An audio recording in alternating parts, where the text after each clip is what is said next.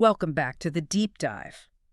You know, there's a specific trope in fiction that I think we all secretly love. It's the lost city thing. Oh, yeah. The idea that you're like hacking through a jungle or trekking across a desert and boom, you just stumble on these vine-covered ruins of a civilization that was rich, powerful, and then just gone. Like El Dorado or Atlantis. Uh, it really captures the imagination, doesn't it? It feels like a puzzle just waiting to be solved. Exactly. And most of the time, that's all it is. It's a story. It's Hollywood. But today, we are going on a bit of an archaeological treasure hunt for, well, the real thing. Mm-hmm. We're looking at a society that flourished right in the heart of the Horn of Africa, specifically eastern Ethiopia, that fits this description almost perfectly. They were called the Harla. The lost architects. Or sometimes you hear them called the medieval architects of the Horn. And you're right to make that distinction because for a long time, history itself kind of treated the Harla like they were ghosts. We had these vague references in old texts, but the details were incredibly hazy. That's what drew me to this. I think when most of us picture medieval history, especially in Africa, we might miss just how cosmopolitan these trade hubs really were.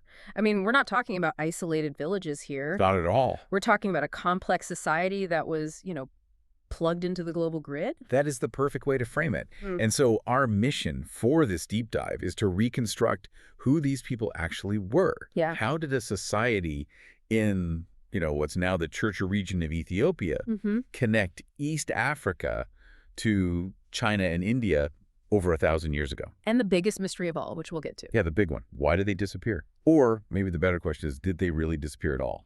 That's the hook right there. And just to set the stage, we're pulling this from a stack of pretty dense archaeological reports, medieval chronicles, which are dramatic in their own right, and some really fascinating oral traditions that focus on the Harla Kingdom. Right. So let's unpack this. If I have a map of the Horn of Africa, where am I putting a pin? Okay, so you'd zoom in on eastern Ethiopia, specifically the corridor between the modern cities of Harar and Dire Dawa. The Churchill region. Exactly, that was the heartland. But it's really important to note right off the bat that their influence wasn't stopped by modern borders. Right, because maps back then didn't look like maps today. No rigid national lines. Precisely. We see evidence suggesting their presence extended into what's now Somalia and Djibouti, especially along the coast. But the crown jewel, the place that really anchors this whole story, is a site actually called Harla, near Dire Dawa. And this isn't just a few pottery shards in the dirt, right? Reading the site reports, the scale of this place seemed massive. Oh, it's far from just shards. We're talking extensive ruin fields, stone buildings, workshops, defensive walls, cemeteries. It was a huge integrated settlement network. Wow. And what's fascinating here is the timeline. We have references to the Harla Kingdom as early as the 6th century AD. Okay, let's pause on that. 6th century. That predates a lot of the other political entities we usually hear about in that region, so they were established for a long, long time. It does. It suggests a very deep-rooted history, and the excavations give us a clue about their origins. It looks like they probably started out as camel-herding pastoralists. Which makes sense for the geography, right? That lowland area is prime territory for that. Totally. It's typical of the Afro-pastoral cultures there. But, and here's where it gets really interesting, they didn't just stay herders. They settled. They built cities. They built these great stone settlements. And the society wasn't just one homogenous group. Not at all. This was my aha moment reading the research. You expect a medieval tribe to be one specific group, genetically and culturally locked in, but the Harla were cosmopolitan. Incredibly diverse. And we know this thanks to science, specifically a technique called strontium isotope analysis. Okay, you're going to have to explain that one. I see isotopes, and my high school chemistry trauma just kicks right in. How does that tell us who lived there? Yeah, it's a brilliant piece of forensic science. Basically, strontium is a mineral in the water and soil, and the specific levels vary depending on the geology of a place. Okay. When you're a kid, your body absorbs it from food and water, and it gets locked into your teeth enamel. It never changes. It's like biological passport stamp of where you grew up. That is wild. So you can test the teeth from a 1,000-year-old skeleton and tell if that person grew up in Harla or somewhere else. Exactly. And by analyzing burial remains found in Harla, archaeologists discovered a real mix of signatures. So some people were locals, born and raised there. And a whole lot of others were non-locals. We're talking migrants, traders, foreigners. This proves Harla wasn't some isolated bubble. It was a melting pot. That just changes the whole picture. It's not a local kingdom, it's an international hub. Which, I guess, leads us right into the economy. You don't get that kind of diversity without trade. Absolutely not. People don't move halfway across the world in the Middle Ages just for the scenery. They move for opportunity. And the Harla were the definition of global connectors. They were the gatekeepers. Yes, they produced their own goods like jewelry. We found workshops. But the import list is what really blows your mind. I saw that in the notes. We're talking goods from China, seriously. Yes, coins from the Song dynasty in China. Wow. Ceramics, beads, carnelians from India, glass from Egypt, and various Arabian ports. That's just wild to think about. A merchant in the Ethiopian highlands holding a coin minted in China 1,000 years ago. It really shrinks the world. It shows just how integrated the Harla were. They were plugged into the Indian Ocean trade networks. They linked the African interior with the broader Islamic world economies and Asian markets. If you wanted the goods from inside Africa, you had to go through the Harla. So they have the money, they have international connections. How was a society like this actually run? Was there a king?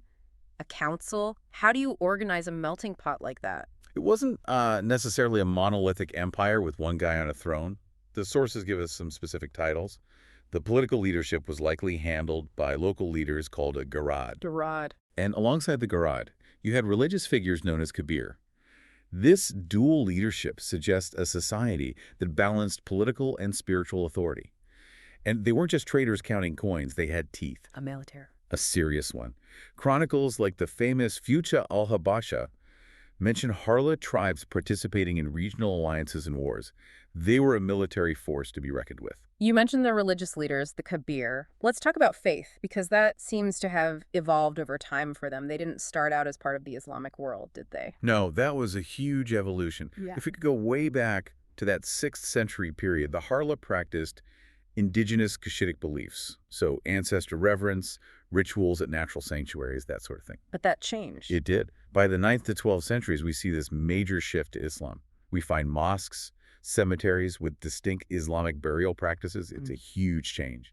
And I imagine that wasn't just a spiritual decision, but a strategic one, too. It's always hard to separate the two in history.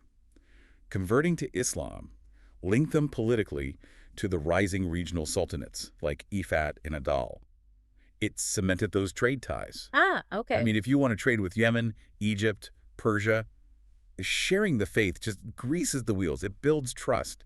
It's like joining the WTO of the medieval era. It's all connected. Now, there's one part of the Harla puzzle that seems to be a real battleground for scholars. Their language. What were they speaking in these markets? This is a genuine mystery. And one of the most frustrating parts, the Harla language is extinct. And they often used Arabic for official writing, so we don't have much to go on. So we have a debate. A huge debate. Yeah. Basically, Team Cushitic versus Team Semitic. Okay. Some scholars look at the early history, the pastoral roots, and say they must have spoken a Cushitic language, something related to Somali or Oromo. Which makes sense geographically. It does. But then other linguistic research points to a Semitic origin. And the reason is the modern languages in the region.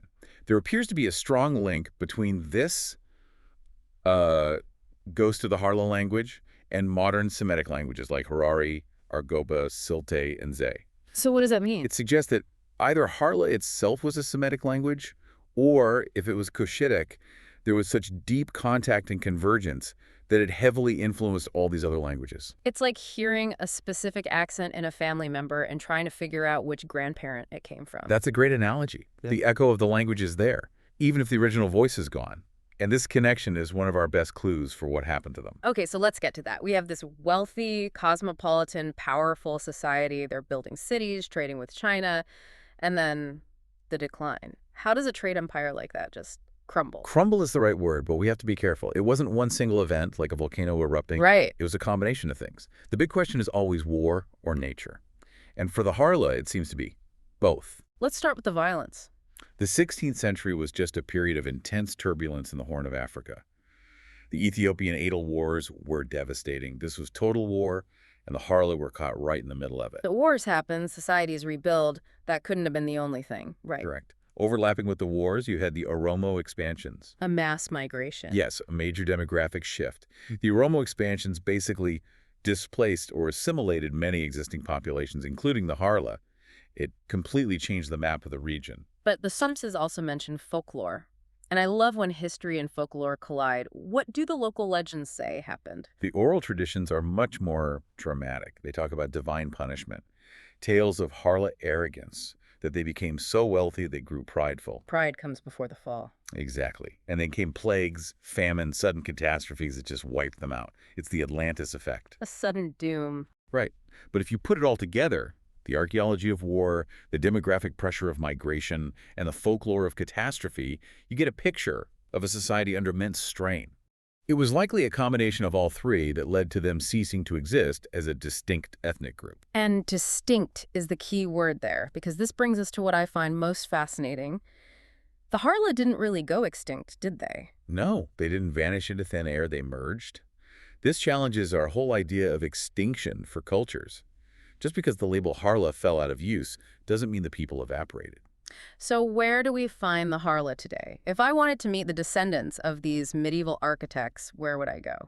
You'd go to the historic walled city of Harar. The Harari people are considered the closest living cultural and linguistic heirs to the Harla. In fact, many Harari clans can trace their lineage directly back to Harla ancestors. So the people who built the walls of Harar UNESCO World Heritage Site are, in a way, the continuation of the people who built those ruins at Harla. Precisely. The Harari language, the culture, it all retains elements of that ancient Harla cluster. But it's not just in Harar. Right, the notes mention the Siltanense peoples, too. Yes, their languages are part of that same continuum. It suggests a clear genealogical inheritance. And it goes even broader. Groups like the Argoba and some Grudge groups have what linguists call a Harla substratum. Layers of Harla culture hidden underneath. Exactly. And it even crosses into Somalia. Certain Somali clans, specifically within the Isa, Dir, and Hardy lines, have strong oral traditions claiming Harla descent. That is incredible. So you have this one group who were herders, then city builders, and then they seemingly shatter. But their DNA, both genetic and cultural, is just woven into all these other major groups in the Horn of Africa. It really deconstructs the idea of rigid tribal boundaries. It's more of a fluid process. So if we zoom out, what's the legacy here? Why should someone listening to this on their commute care about a lost kingdom in Ethiopia? I think the Harla are a powerful reminder that the Horn of Africa has always been a center of gravity for global history. We sometimes push it to the margins, but they were a pivotal bridge civilization. They connected the interior of the continent to the vast markets of the Middle East and Asia. They prove globalization isn't a modern invention. Not at all. And they challenge the idea that if a name disappears from a map, the people are gone. The map changed, the labels changed, but the people adapted. Their living legacy is dynamic. It's in the Harari, the Silte, the Somali peoples today. It's like a ghost story with a happy ending. The ghost isn't haunting the house. The ghost became the house. That's a great way to put it. They are the foundation. So before we wrap up, I want to leave our listeners with something to think about, a final provocative thought. I've been thinking about this. If the Harla could go from camel herders to global architects and then transition again into a hidden ancestry within other tribes, what does that tell us about the fluidity of our own identities? Right. We tend to look at nations and ethnic groups today as these static, permanent things. We treat them like facts written in stone. But the story of the Harla suggests that what we're looking at today is just a snapshot, a freeze frame of constantly mixing history. And if we came back in another 1,000 years... Exactly. Would our current identities look just as lost and blended as the Harla do to us now? Are we just the raw material for the next culture? That is a lot to process. Are we just the raw material for the next culture? I love that. It makes you realize history isn't something that happened. It's something that's still happening. Precisely. We are just the current chapter. Well, on that note, we're going to sign off. Thank you for joining us on this deep dive into the Harla. I highly recommend looking up pictures of the ruins at Harla. It really brings the story to life. It's definitely worth the search. Thanks for listening, and we'll catch you on the next deep dive.